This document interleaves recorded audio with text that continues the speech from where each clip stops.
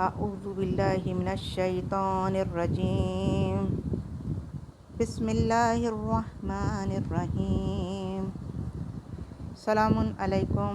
کاشانہ بصیرت کے تمام معزز و محترم احباب کی خدمت میں سیدہ نصرت عباس کا سلام عقیدت۔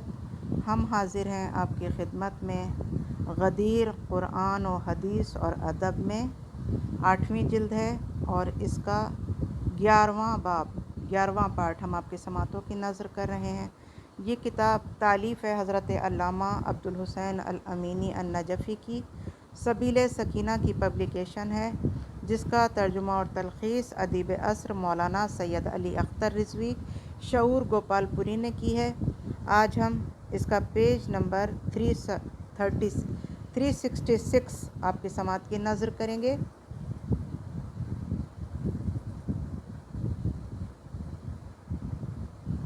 365 پیج پر ہے۔ آثار ابو یوسف میں ابو حنیفہ کی اس مفہوم پر مشتمل روایت ہے کہ انہوں نے عثمان سے وصیت کی تھی کہ اگر خلیفہ ہو جاؤ تو خدا سے ڈرنا اور لوگوں کی گردن پر بنی امیہ کو مسلط نہ کر دینا۔ اسی وصیت کی بنیاد پر طلحہ و زبیر نے احتجاج کیا تھا کہ عمر نے آپ سے نہیں کہا تھا کہ بنی امیہ کو مسلط نہ کرنا۔ یہ سن کر ان کی بولتی بند ہو گئی تھی۔ حوالہ نمبر 2 ہے طبقات ابن سعد جلد نمبر 3 صفحہ نمبر 247 بریکٹ میں جلد نمبر 3 صفحہ نمبر 340۔ الانصاب بلازری میں ہے جلد نمبر 5 صفحہ نمبر 16۔ ریاض النظارہ میں ہے جلد نمبر 2 صفحہ نمبر 76 بریکٹ میں ہے جلد نمبر 2 صفحہ نمبر 356۔ ان کی تمام تر مساعی اس پر مرکوز تھی کہ تمام بلاد و اسلام پر امویوں کا اقتدار مستحکم ہو جائے، لیکن تقدیر نے اس کے برخلاف جرم کیا۔ آج امویوں کے نام لیوا جاہلانہ ان کے آثار سرمایہ نازش ہیں۔ خلیفہ نے دلیرانہ طریقے سے ابو سفیان کے مشورے کے پیش نظر خلافت کو گیند کی طرح اچھالا، حساس شہروں میں امویوں کو مسلط کر دیا جو خود سر اور ستمگر ظالم تھے۔ حوالہ نمبر 3 الاستیعاب بریکٹ میں ہے القسم الثالث صفحہ نمبر 693 نمبر 1155۔ ابو عمر کا بیان ہے کہ شبلی بن خالد عثمان کے پاس آ کر بولا، اے گروہ قریش، کیا تمہارے خاندان میں کوئی بچہ بھی نہیں ہے جسے اوپر اٹھاؤ، کوئی محتاج نہیں جسے دولت مند بناؤ، کوئی گمنام نہیں جسے بام شہرت پر پہنچاؤ؟ آخر تم نے عراق کو اس اشعری ابو موسیٰ اشعری کے حوالے کیوں کر دیا؟ عثمان نے پوچھا، پھر کون مناسب رہے گا؟ لوگوں نے عبداللہ بن عامر کا نام پیش کیا جس کی عمر 16 سال تھی۔ اسی کو عراق کا حکمران بنا دیا۔ یہی چھوکرے تمام شہروں پر مسلط ہو گئے۔ انہیں اپنے کردار و گفتار کی کوئی پرواہ نہ تھی اور خلیفہ ان کے خلاف کسی شکایت پر کان دھرنے کو تیار نہ تھا۔ رسول اکرم صلی اللہ علیہ وآلہ وسلم نے انہی چھوکروں کے متعلق پیشن گوئی فرمائی تھی کہ بلا شبہ میری امت کی تباہی قریش کے احمق چھوکروں کے ہاتھوں ہوگی۔ کعب بن عجزہ نے سے کہا کہ خدا تمہیں احمق حکمرانوں سے بچائے۔ پوچھا، احمق چھوکرے کون؟ فرمایا، یہ حکمران میرے بعد ہوں گے اور ان میں میری سیرت کی ذرا بھی بو باس نہ ہوگی۔ حوالہ نمبر 4 صحیح بخاری کتاب الفتن جلد نمبر 10 صفحہ نمبر 146 بریکٹ میں جلد نمبر 3 صفحہ نمبر 1319۔ حدیث نمبر 3410 جلد نمبر 6 صفحہ نمبر 9 صفحہ نمبر 9 اور 358۔ المستدرک الصحیحین جلد نمبر 4 صفحہ نمبر 470 جلد نمبر 4 صفحہ نمبر 517 حدیث نمبر 8450۔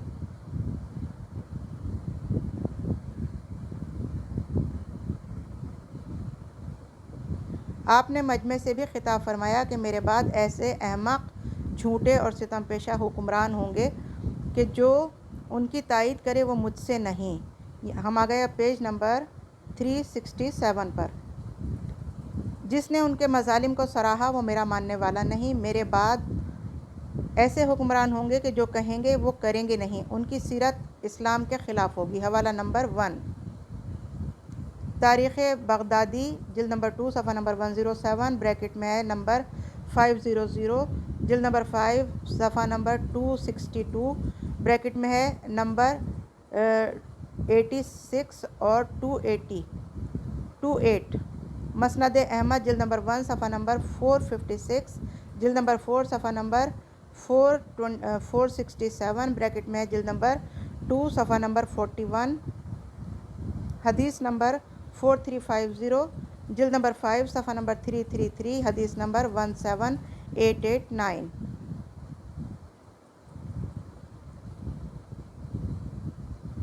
جی ہاں، عثمان نے یہ سب جانتے ہوئے بھی ان چھوکروں کے حوالے حکومت کی، جبکہ رسول صلی اللہ علیہ وآلہ وسلم نے فرمایا تھا کہ جو شخص مسلمانوں پر ایسے حکمران بنائے جو کمتر ہوں اور یہ جانتا ہو کہ اس سے بہتر موجود ہیں، تو اس نے مسلمانوں کے ساتھ خیانت کی۔ حوالہ نمبر 2 سنن بہقی جلد نمبر 10 صفحہ نمبر 118، مجمع الزوائد جلد نمبر 5 صفحہ نمبر 211۔ اسی طرح بنی امیہ کا زمانہ امت محمد صلی اللہ علیہ وآلہ وسلم کی تباہی کا زمانہ کہنا چاہیے۔ فتنوں سے بھرپور ان کا زمانہ ایسے فرمانرواؤں سے بھرا تھا کہ جو چھپکلی کے بچے لعنت زدہ اور تباہ کار تھے۔ خلیفہ کے ہر وقت خواہش تھی کہ دنیا ہی میں آخرت بھی انہیں کے حوالے کر دیں۔ ایک بار اصحاب کے مجمع سے کہا، جس میں عمار بھی موجود تھے، کہ میں تم سے ایک بات پوچھوں، صحیح صحیح جواب دینا۔ کیا تم نہیں جانتے کہ رسول خدا صلی اللہ علیہ وآلہ وسلم قریش کے تمام لوگوں پر اور بنی ہاشم کو قریش پر ترجیح دیتے تھے؟ سبھی خاموش رہے۔ تو کہا کہ اگر جنت کی کنجیاں میرے ہاتھ میں دی جائیں تو میں بنی امیہ کے حوالے کر دوں تاکہ آخری فرد بھی جنت میں داخل ہو جائے۔ بریکٹ میں ہے کہ اس کے تمام اسناد صحیح و موثق ہیں۔ حوالہ نمبر 3 سنن بہقی جلد نمبر 10 صفحہ نمبر 118، مجمع الزوائد جلد نمبر 5 صفحہ نمبر 211۔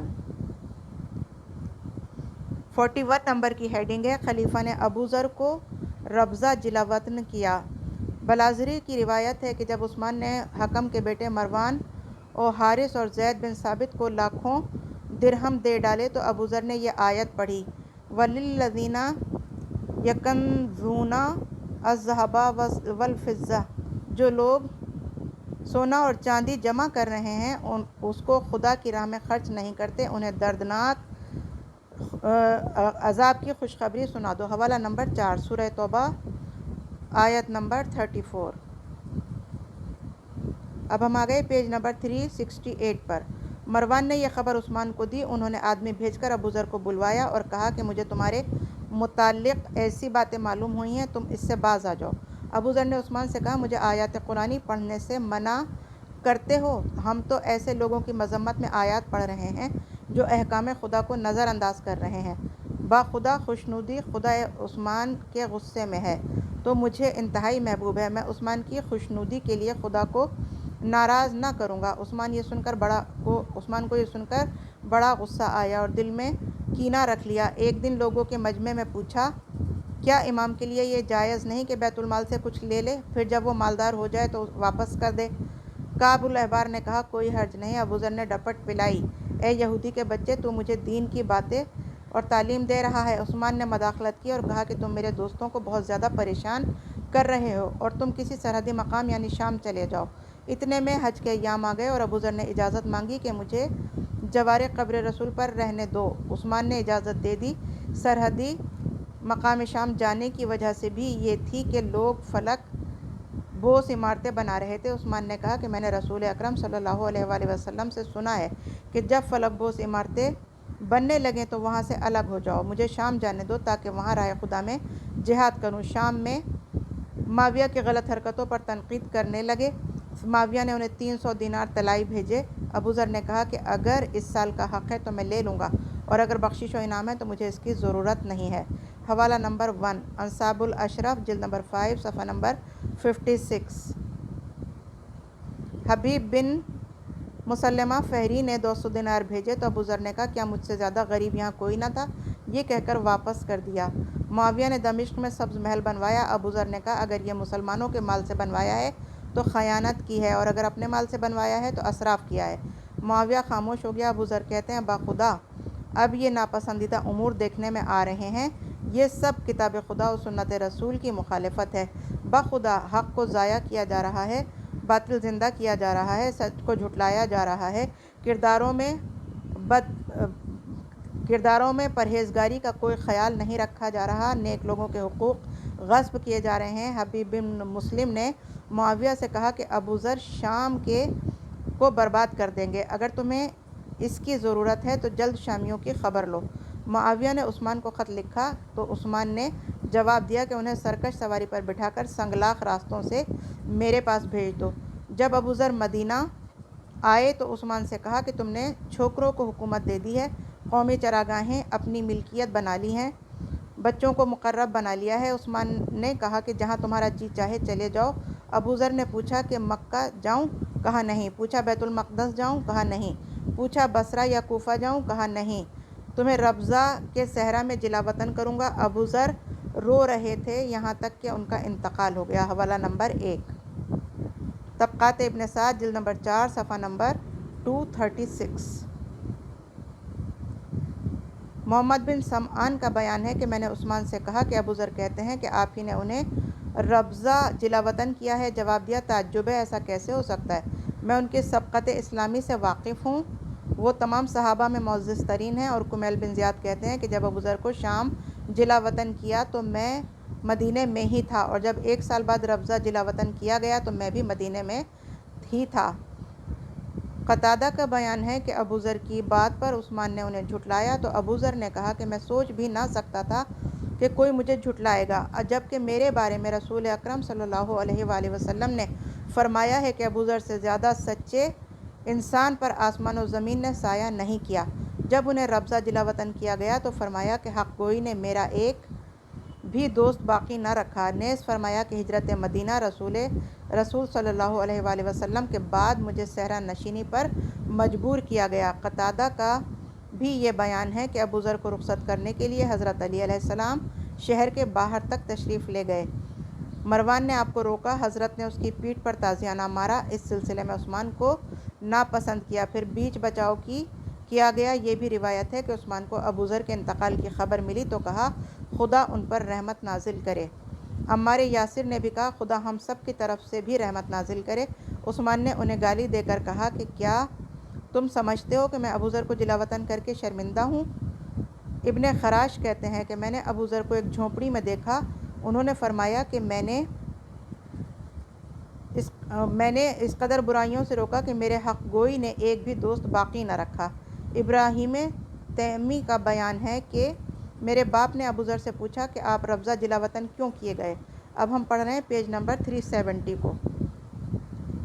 فرمایا خیر خواہی اور عثمان معاویہ کو نصیحت کرنے کی وجہ سے۔ بشر بن جوشب فزاری کا بیان ہے کہ میرے باپ نے کہا کہ میرے عیال شربہ میں تھے، میں اپنی چند بکریاں وہاں سے مدینہ لا رہا تھا، بزا پہنچا تو وہاں ایک بوڑھے کو دیکھا جس کے تمام بال سفید ہو چکے تھے اور جھونپڑی میں چند بکریوں کے ساتھ قیام پذیر تھا۔ لوگوں نے پوچھا کہ کون ہے؟ کہا گیا صحابی رسول صلی اللہ علیہ وآلہ وسلم ابو ذر ہیں۔ میں نے پوچھا آپ کا قبیلہ یہاں تو نہیں رہتا، آپ یہاں کیسے ہیں؟ فرمایا زبردستی مجھے یہاں جلا وطن کیا گیا ہے۔ بشر کہتا ہے کہ میں نے یہ بات سعید بن مسیب سے کہی تو انہوں نے انکار کیا کہ عثمان نے انہیں جلا وطن نہیں کیا ہے، بلکہ وہ خود یہاں قیام کے خواہش مند تھے۔ اور صحیح بخاری میں زید بن وہب کا بیان ہے کہ ربضہ میں ابو ذر سے پوچھا کہ آپ یہاں کیوں جلا وطن کیے گئے؟ فرمایا میں نے معاویہ کی سرمایہ پرستی کے خلاف آیات قرآنی کی تلاوت کی، جو لوگ سونے چاندی کو جمع کرتے ہیں انہیں دردناک عذاب کی بشارت دے دو۔ وہ کہنے لگا کہ یہ یہودیوں کے بارے میں نازل ہوئی ہے۔ میں نے کہا یہ آیت یہودیوں کے بارے میں نازل ہوئی ہے اور مسلمانوں کے بارے میں بھی۔ اس نے عثمان سے میری شکایت لکھ ماری، انہوں نے مجھے مدینے بلایا اور مجھے دیکھنے کے لیے اس قدر لوگ امنڈ پڑے جیسے انہوں نے مجھے کبھی دیکھا ہی نہ تھا۔ انہوں نے کہا کہ اگر چاہو تو مجھ سے علیحدہ ہو اور میرے شہر کے نزدیک رہو، یہی وجہ ہے کہ مجھے یہاں رہنا پڑ رہا ہے۔ لوگوں نے ابو ذر سے کہا کہ آپ کا اسی میں انتقال ہو جائے گا۔ حوالہ نمبر 1، صحیح بخاری جلد نمبر 2 صفحہ نمبر 509، حدیث نمبر 1341۔ ہو جائے گا؟ ابو ذر نے جواب دیا افسوس، ہرگز نہیں۔ پھر آپ نے ربضہ جلا وطنی اور وہاں غریب کی موت وغیرہ کی پیشن گوئی کو دہرایا۔ عثمان کے پاس جا کر فرمایا کہ میں نے حدیث رسول صلی اللہ علیہ وآلہ وسلم سنی ہے کہ جب ابو الاس کے فرزند 20 تک پہنچ جائیں گے تو بندگان کو غلام اور بندگان مال خدا کو ذاتی ملکیت سمجھیں گے۔ اس دن عبد الرحمن بن عوف کا ترکہ میراث کی تقسیم کے لیے عثمان کے پاس لایا گیا تھا۔ دولت کا ڈھیر اس قدر ہو گیا تھا کہ ادھر کا آدمی ادھر سے دکھائی نہیں دے رہا تھا۔ عثمان نے کہا کہ میں عبد الرحمن کے حق میں خیر و بھلائی ہی کی توقع رکھتا ہوں۔ اب ہم پیج نمبر 371 پڑھ رہے ہیں۔ انہوں نے صدقہ دیا، مہمان نوازی کی اور پھر اتنا مال بھی چھوڑا کہ تم لوگ دیکھ رہے ہو۔ کعب نے کہا امیر المومنین نے سچ فرمایا۔ ابو بچے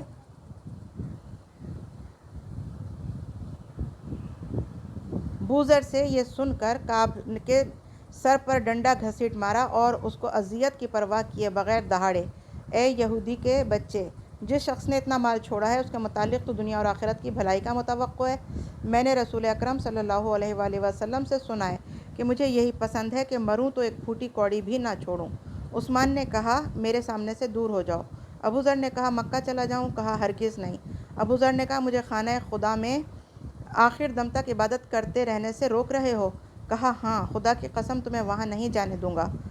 پوچھا تو پھر شام چلا جاؤں؟ کہا باخدا وہاں بھی نہیں۔ پھر پوچھا بصرہ جاؤں؟ کہا نہیں، میں تمہیں ربضہ جلا وطن کروں گا۔ ابو ذر نے کہا اللہ اکبر، رسول خدا نے سچ فرمایا تھا، مجھے ان تمام باتوں کی پہلے ہی خبر دے چکے ہیں۔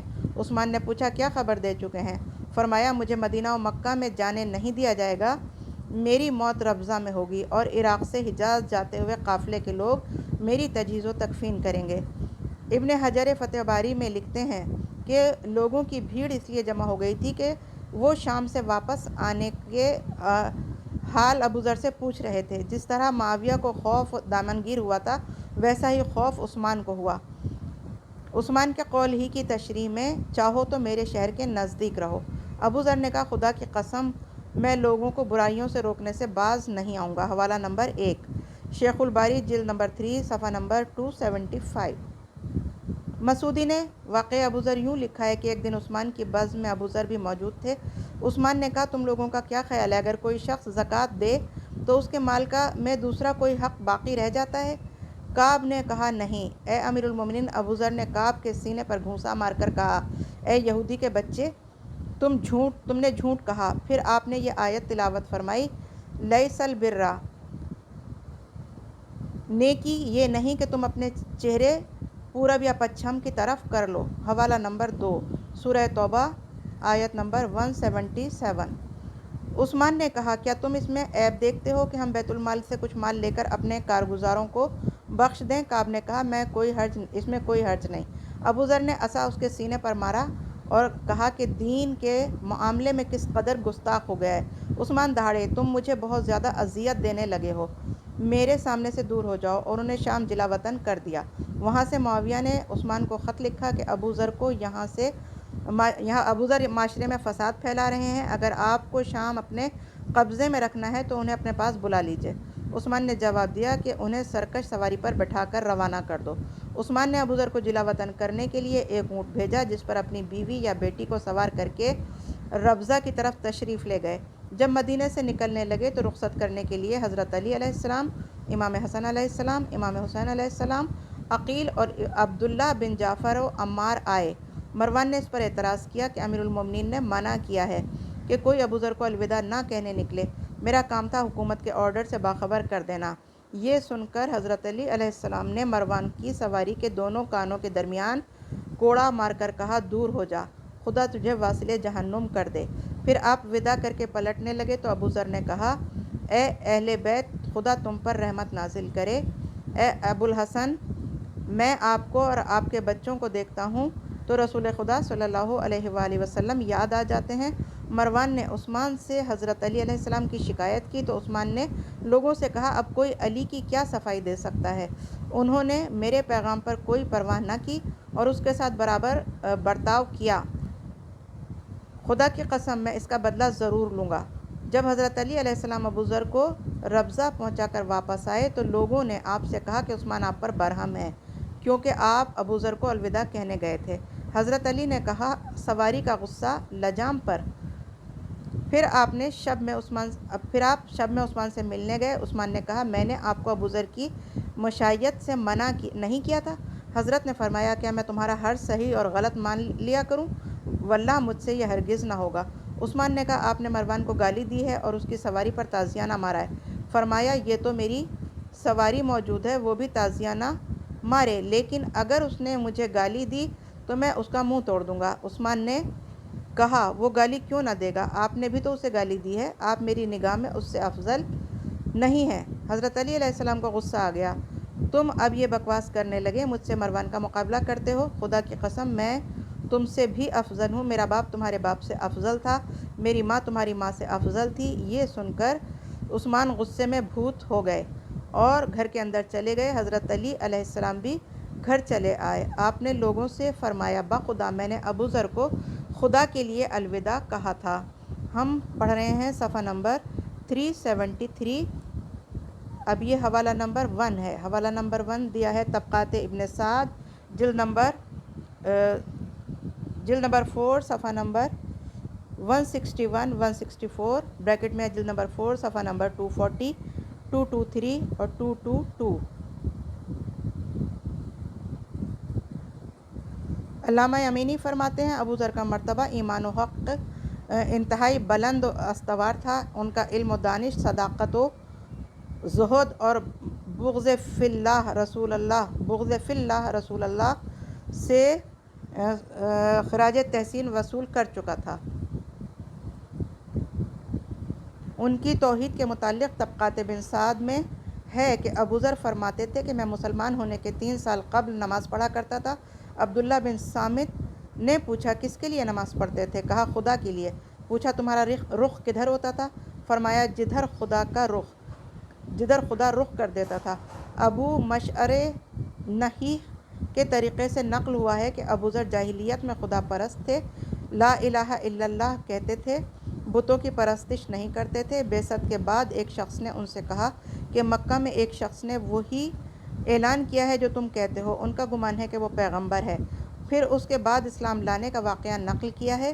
ان کی خدا پرستی کا حال حلیہ ابو نعیم صفت صفوہ ابن جوزی صحیح مسلم مستدرک حاکم استیعاب میں موجود ہے۔ حوالہ نمبر 2 حلیۃ الاولیاء جلد نمبر 1 صفحہ نمبر 157، المستدرک علی السیین جلد نمبر 3 صفحہ نمبر 342 بریکٹ میں جلد نمبر 3 صفحہ نمبر 385، حدیث نمبر 5459، الاستیعاب جلد نمبر 1 صفحہ نمبر 83، جلد نمبر 2 صفحہ نمبر 664 بریکٹ میں ہے القسم الاول صفحہ نمبر 252، نمبر 339، القسم الرابع صفحہ نمبر 1653، نمبر 2944، صحیح مسلم جلد نمبر 7 صفحہ نمبر 153، جلد نمبر 5 صفحہ نمبر 72، حدیث نمبر 132،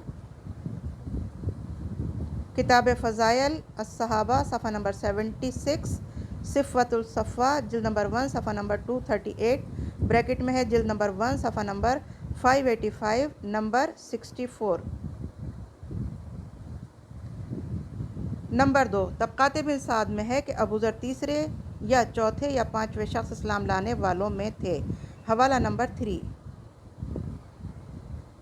حلیۃ الاولیاء جلد نمبر 1 صفحہ نمبر 157 بریکٹ میں جلد نمبر 3 صفحہ نمبر 385، حدیث نمبر 5459، استیعاب جلد نمبر 1 صفحہ نمبر 83، جلد نمبر 2 صفحہ نمبر 664 بریکٹ میں ہے القسم الاول صفحہ نمبر 252، نمبر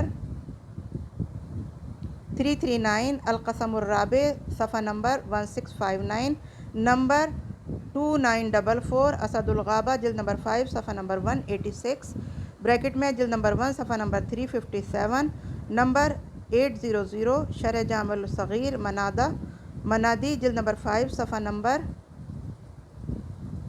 423، الاصابہ جلد نمبر 4 صفحہ نمبر 63، طبقات ابن سعد جلد نمبر 3 صفحہ نمبر 161 بریکٹ میں ہے جلد نمبر 4 صفحہ نمبر 224۔ اب ہم پڑھ رہے ہیں صفحہ نمبر 374۔ طبقات بن سعد میں ابو ذر کا بیان ہے کہ میں اولین شخص ہوں کہ رسول پر صلوات پڑھی تو رسول صلی اللہ علیہ وسلم نے مجھ پر صلوات پڑھی۔ حوالہ نمبر 1، طبقات ابن سعد جلد نمبر 4 صفحہ نمبر 161 بریکٹ میں جلد نمبر 4 صفحہ نمبر 221، صحیح مسلم جلد نمبر 7 صفحہ نمبر 154 155 بریکٹ میں ہے جلد نمبر 5 صفحہ نمبر 74 76، حدیث نمبر 132، کتاب فضائل الصحابہ، حلیۃ الاولیاء جلد نمبر 1 صفحہ نمبر 151، الاستیعاب جلد نمبر 2 صفحہ نمبر 664 بریکٹ میں ہے القسم الرابع صفحہ نمبر 1654 نمبر 2944۔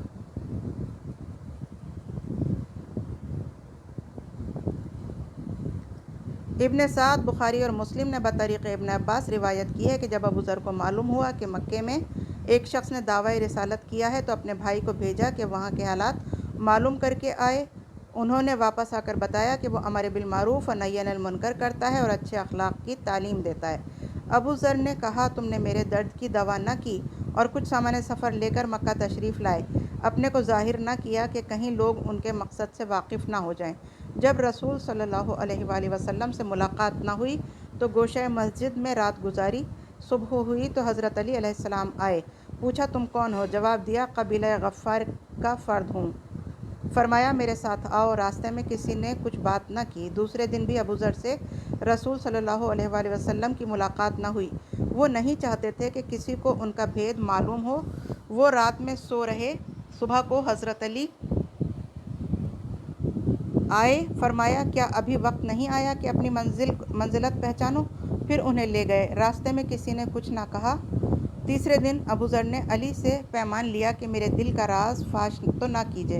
علی نے فرمایا ہاں پوچھا کہ مجھے معلوم ہوا ہے کہ ایک شخص نے یہاں دعویٰ نبوت کیا ہے، میں نے اپنے بھائی کو بھیجا تھا، اس نے تسکین بخش جواب نہ دیا، اس لیے خود ان سے ملاقات کرنے آیا ہوں۔ حضرت علی علیہ السلام نے فرمایا کل میرے ہمراہ چلنا، اگر کہیں خطرہ محسوس کروں گا تو ذرا جھک کر اشارے سے تمہیں مطلع کر دوں گا، تم میرے پیچھے پیچھے چلتے رہنا۔ اس طرح ابو ذر نے رسول اللہ صلی اللہ علیہ وآلہ وسلم سے ملاقات کی اور آپ کے ارشادات سن کر اسی وقت مسلمان ہو گئے، اور رسول خدا صلی اللہ علیہ وآلہ وسلم سے پوچھا کہ آپ مجھے کیا حکم دیتے ہیں؟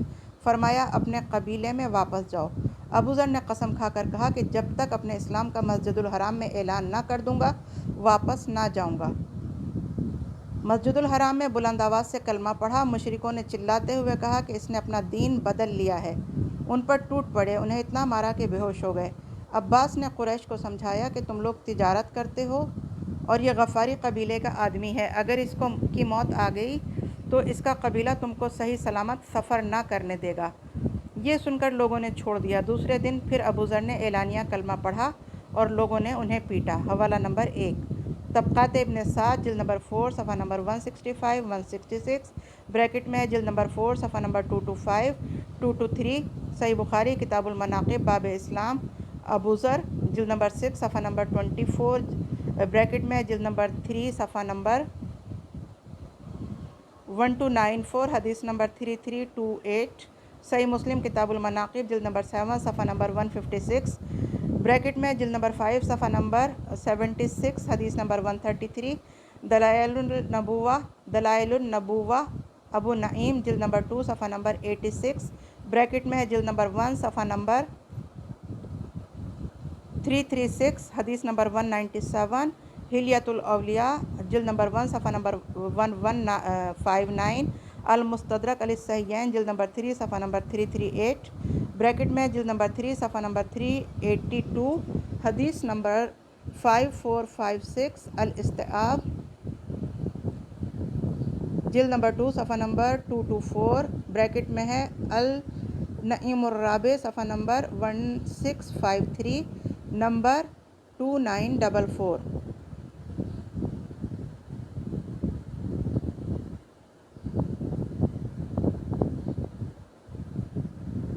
علمی حیثیت۔ ابن سعد نے طبقات کبریٰ میں بطریق زازان نقل کیا ہے کہ حضرت علی علیہ السلام نے ابو ذر کے متعلق فرمایا کہ وہ علم سے بھرے پڑے تھے، بڑے محتاط اور دین کے حریص، نیز علم کے حریص تھے۔ حوالہ نمبر 2،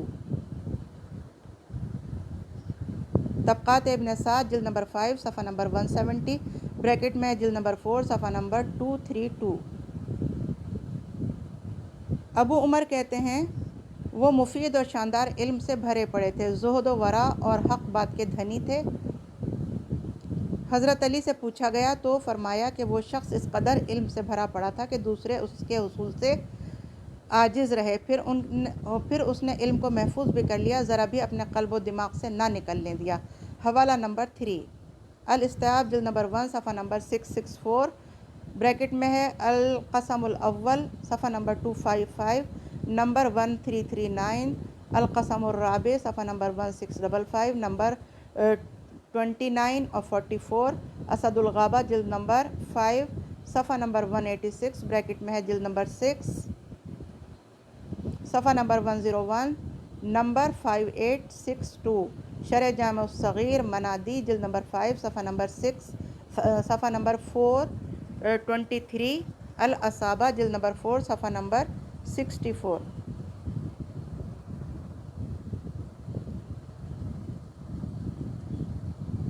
طبرانی اور محملی نے عمالی میں ابو ذر سے نقل کیا ہے کہ خدا نے جو کچھ جبرائیل و میکائیل کے ذریعے سینہ رسول صلی اللہ علیہ وآلہ وسلم میں اونڈیلا، وہ سب میرے سینے میں رسول صلی اللہ علیہ وآلہ وسلم نے اونڈیل دیا۔ حوالہ نمبر 4، عمالی محملی، بریکٹ میں صفحہ نمبر 101 اور 100، حدیث نمبر 60، المعجم الکبیر، جلد نمبر 2 صفحہ نمبر 149، حدیث نمبر 1624، مجمع الزوائد، جلد نمبر 9 صفحہ نمبر 330، الاصابہ، جلد نمبر 3 صفحہ نمبر 484۔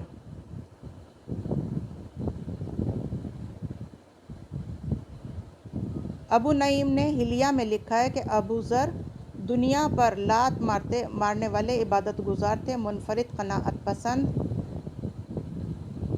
چوتھائی اسلام اور اسلام سے قبل ہی بتوں سے کنارہ کش تھے، قبل بعثت عبادت خدا کرتے تھے، سب سے پہلے رسول اکرم صلی اللہ علیہ وآلہ وسلم کو تحفہ بھیجا، حق کے معاملے میں کسی ملامت کی پرواہ نہ کی، امر و احکام سے ذرا پیچھے نہ ہٹے، نہ ڈرے، علم و بقا و فنا کے پہلے متکلم تھے، مصائب و آلام میں ثابت قدم رہے، وصیتوں اور عہدوں کا تحفظ کیا، مصائب میں صبر کیا، لوگوں سے گھلنے ملنے میں خودداری کی، یہاں تک کہ دوسری دنیا کا رخت سفر باندھ لیا۔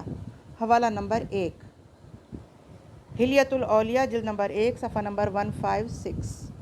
جی ہاں، ابو ذر غفاری نے خدمت رسول صلی اللہ علیہ وآلہ وسلم کی اصول سیکھے اور فضول و مہملات کو چھوڑ دیا۔ آگے لکھتے ہیں، شیخ فرماتے ہیں کہ ابو ذر ہمیشہ رسول صلی اللہ علیہ وآلہ وسلم سے وابستہ رہے، علم و دانش کے حصول کے لیے میں بڑے حریص تھے اور مفید باتوں کے قیام سے مانوس تھے۔ انہوں نے رسول سے اصول و فروع حاصل کیا، ایمان و احسان اور دید الہی کے متعلق پوچھا، خدا کے محبوب ترین کلام کے متعلق پوچھا، یہ بھی پوچھا کہ لیلۃ القدر انبیاء کے بعد اٹھا لی گئی یا ابھی باقی ہے۔ انہوں نے ہر چیز پوچھ لی، یہاں تک کہ نماز میں سنگریزے کا مس کرنے کے متعلق مسئلہ بھی پوچھ لیا۔ پھر ابو لیلہ نے ابو ذر سے روایت کی ہے کہ میں نے رسول سے سنگریزے کے مس کرنے کے متعلق پوچھا، فرمایا ایک بار مس کرو، چھوڑ دو۔ حوالہ نمبر 2، حلیۃ الاولیاء، جلد نمبر 1 صفحہ نمبر 169۔ مسند احمد، اصابہ ابن حجر میں بھی یہی روایت ہے، نیز اصابہ میں ہے کہ ابو ذر علم و دانش میں ہم دوش ابن مسعود تھے۔ حوالہ نمبر 3، مسند احمد، جلد نمبر 5 صفحہ نمبر 163، بریکٹ میں ہے جلد نمبر 6 صفحہ نمبر 305، حدیث نمبر 20935، الاصابہ، جلد نمبر 4 صفحہ نمبر 64۔ صداقت و زہد، ہیڈنگ ہے، ابن سعد اور ترمذی نے بطریق عبداللہ بن عمرو و عاص روایت کی ہے، رسول صلی اللہ علیہ وآلہ وسلم نے فرمایا، ابو ذر سے زیادہ سچے انسان پر نہ تو آسمان نے سایہ کیا اور نہ ہی زمین نے بوجھ اٹھایا۔ یہ روایت ابن عمر اور ابو درداء سے بھی منقول ہے۔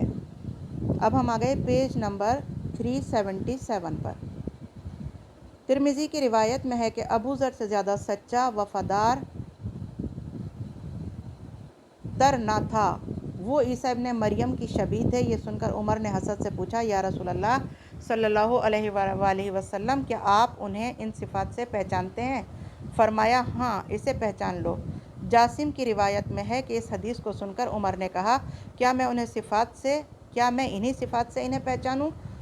فرمایا، ہاں، انہی صفات سے پہچانو۔ ابن ماجہ میں ابن عمر سے روایت ہے کہ انبیاء کے بعد ابو ذر سے زیادہ سچے انسان پر آسمان نے سایہ نہیں کیا، نہ زمین نے اس کا بوجھ اٹھایا۔ ابو نعیم نے خود ابو ذر سے یہی روایت نقل کی ہے۔ طبقات ابن سعد میں بطریق ابو ہریرہ ہے، ابو ذر سے زیادہ سچے انسان پر آسمان و زمین نے سایہ نہ کیا۔ جسے پسند ہو کہ وہ عیسیٰ کی تواضع دیکھے، اسے ابو ذر کی طرف نظر کرنا چاہیے۔ ابو نعیم کی روایت میں ہے کہ جو شخص عبادت و زہد و نیکی میں عیسیٰ کی سب سے زیادہ متوازن شبیہ دیکھنا چاہتا ہے، وہ ابو ذر کو دیکھے۔ اس مفہوم کی روایت مجمع بن قیس، علی ابن ابی طالب، ابو ہریرہ اور ابو درداء سے مروی ہے۔ ابن سعد، ترمذی، ابن ماجہ، احمد ابن ابی شعبہ، ابن جریر، ابن عمر، ابو نعیم، حاکم، ابن عساکر، طبرانی، ابن جوزی۔ حوالہ نمبر 1۔ طبقات ابن سعد، جلد نمبر 4، صفحہ نمبر 167 168، بریکٹ میں جلد نمبر 4، صفحہ نمبر 228، سنن ترمذی، جلد نمبر 2، صفحہ نمبر 221، بریکٹ میں جلد نمبر 5، صفحہ نمبر 628، حدیث نمبر 3802 3801، سنن ابن ماجہ، جلد نمبر 1، صفحہ نمبر 68، جلد نمبر 1، صفحہ نمبر 55، حدیث نمبر 156، مسند احمد، جلد نمبر 2، صفحہ نمبر 163 175 223، جلد نمبر 5، صفحہ نمبر 197، جلد نمبر 6، صفحہ نمبر 442، بریکٹ میں جلد نمبر 2، صفحہ نمبر 347، حدیث نمبر 6483، صفحہ نمبر 366، حدیث نمبر 6593، صفحہ نمبر 446، حدیث نمبر 7038، جلد نمبر 6، صفحہ نمبر 255، حدیث نمبر 21217، جلد نمبر 7، صفحہ نمبر 595، حدیث نمبر 749، حدیث نمبر 26947۔ المستدرک علی الصحیحین، جلد نمبر 3، صفحہ نمبر 342، جلد نمبر 4، صفحہ نمبر 480، جلد نمبر 3، صفحہ نمبر 385، حدیث نمبر 5460، جلد نمبر 4، صفحہ نمبر 527 526، حدیث نمبر 8478۔ مصابیح السنہ، جلد نمبر 2، صفحہ نمبر 228، بریکٹ میں جلد نمبر 4، صفحہ نمبر 220، حدیث نمبر 4897، صفحہ نمبر 221، حدیث نمبر 48 اور 98۔ تمیز الطیب من الخبیث، صفحہ نمبر 137، بریکٹ میں ہے صفحہ نمبر 159، حدیث نمبر 117۔ مجمع الزوائد میں ہے، جلد نمبر 9، صفحہ نمبر 329۔ الاصابہ، جلد نمبر 3، صفحہ نمبر 622، جلد نمبر 4، صفحہ نمبر 64۔ جامع الصغیر سیوطی، بریکٹ میں جلد نمبر 2، صفحہ نمبر 485، حدیث نمبر 7825۔ شرح جامع الصغیر منادی، جلد نمبر 5، صفحہ نمبر 423۔ کنز العمال، جلد نمبر 6، صفحہ نمبر 169، جلد نمبر 8، صفحہ نمبر 15 اور 17، بریکٹ میں ہے جلد نمبر 11، صفحہ نمبر 668 666، حدیث نمبر 33222 33221 33229، جلد نمبر 3، صفحہ نمبر 316 اور حدیث نمبر 36898۔ وآخر دعوانا ان الحمد للہ رب العالمین۔